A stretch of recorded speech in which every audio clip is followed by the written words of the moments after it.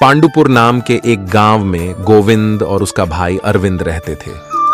गोविंद अक्लमंद होने के कारण अपनी कमाई से कुछ पैसा अपने लिए छुपाता था, लेकिन अरविंद एक छोटा सा मजदूर था और अपना कमाई का पूरा पैसा अपने पिताजी के हाथ में देता था।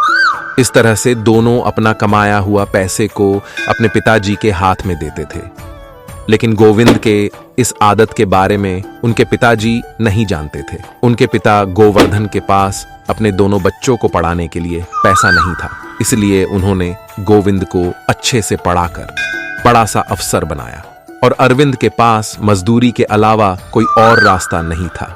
गोविंद अरविंद से कहता है, अरविंद, मेरे कपड़े इस्त्री करो, फिर मेरे जूते पॉलिश करो, नहाने के लिए पानी गर्म करके रखो। इस तरह उसके साथ गुलाम जैसा व्यवहार करता था।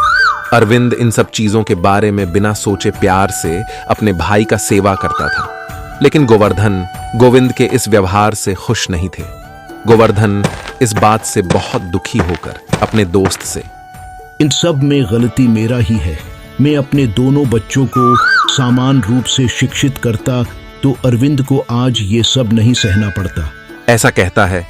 एक दिन गोविंद अपने कमाई का पैसा नहीं देता है, इसलिए गोवर्धन गोविंद से, गोविंद, तुमने इस महीने का पैसा मुझे अभी तक नहीं दिया है।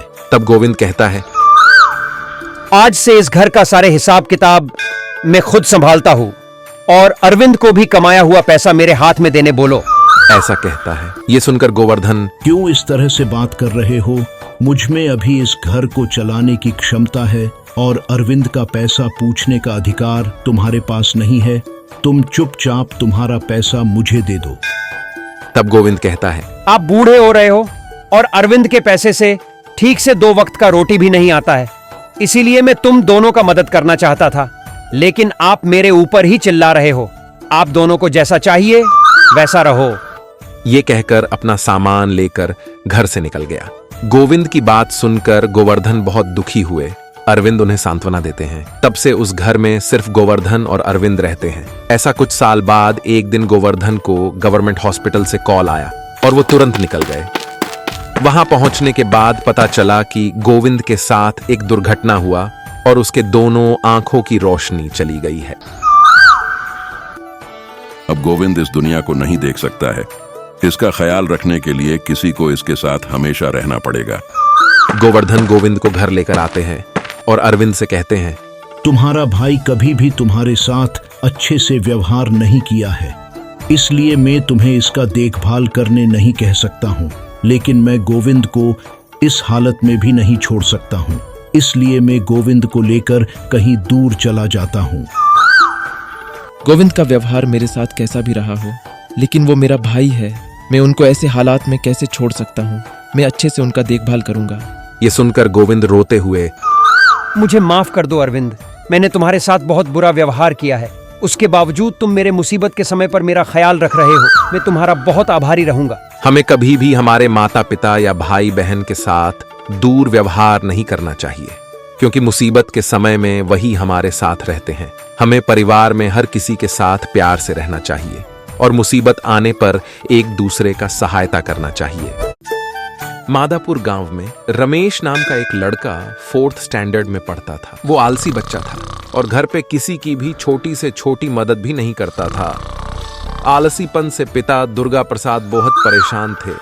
बेटा, तू इस तरह आलसी हुआ तो कल बहुत मुश्किल में पड़ेगा। अपना काम खुद करना सीखोगे तो तुम्हारा आगे का जीवन अच्छा रहेगा। इस प्रकार उन्होंने बेटे को प्यार से समझाया, लेकिन पिताजी की बात रमेश को एक दिव्य वाणी जैसी लगती थी और गुस्से में रमेश बोला, मैं कोई आलसी नहीं हूँ, जैसे आपने कहा।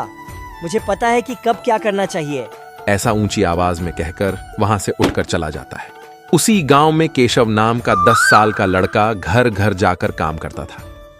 उसे पढ़ना लिखना पसंद था। अनाथ होने के कारण केशव दूसरों के घर काम करके जहां मिला वहां खाना खाकर मंदिर के आंगन में सोया करता था। उस मंदिर के बगल में एक स्कूल था। केशव हर दिन सुबह जल्दी उठकर अपना सारा काम खत्म करके मंदिर के प्रांगण में बैठकर स्कूल में जो पढ़ाते थे उसे ध्यान से सुनकर अच्छी तरह से लिखकर अभ्यास करता था। अपनी कमाई के पैसे से वो पेन, किताब जैसे पढ़ाई संबंधित चीजें खरीदता था। एक दिन केशव ने पजल और क्विज की किताब खरीदी। हर दिन उस किताब में मुंह से 10 नए प्रश्न उत्तर पढ़कर सीखता था। इस बीच मादापुरा के जमींदार ने अपने नौकर को बुलाकर कहा कि शामू, इस साल मेरे जन्मदिन पर मैंने एक योजना बनाई है। ये सुनकर शामू ने पूछा, वो क्या है मालिक? तो जमींदार ने कहा, हमारे गांव के पाठशाला में पढ़ने वाले 10 बच्चों को गोद लेकर उनकी पूरी शिक्षा की देखभाल करने का फैसला किया हूँ। इसे सुनकर शामू बहुत खुशी से बोला, ये तो बहुत अच्छा विचार है मालिक, लेकिन हमारे पाठशाला में बहुत सारे बच्चे पढ़ते हैं, उनमें से केवल 10 बच्चों को कैसे चुनेंगे? जमींदार ने नौकर के प्रश्न का उत्तर देते हुए कहा, ये तो सही बात कही तुमने शामू। इसके लिए मेरे पास एक उपाय है। कल गांव में हम एक क्विज कंपटीशन रखेंगे। जो 10 बच्चे हमारे प्रश्नों का सही उत्तर देंगे, हम उनकी शिक्षा की पूरी देखभाल करेंगे। कहकर नौकर को गांव भेजता है।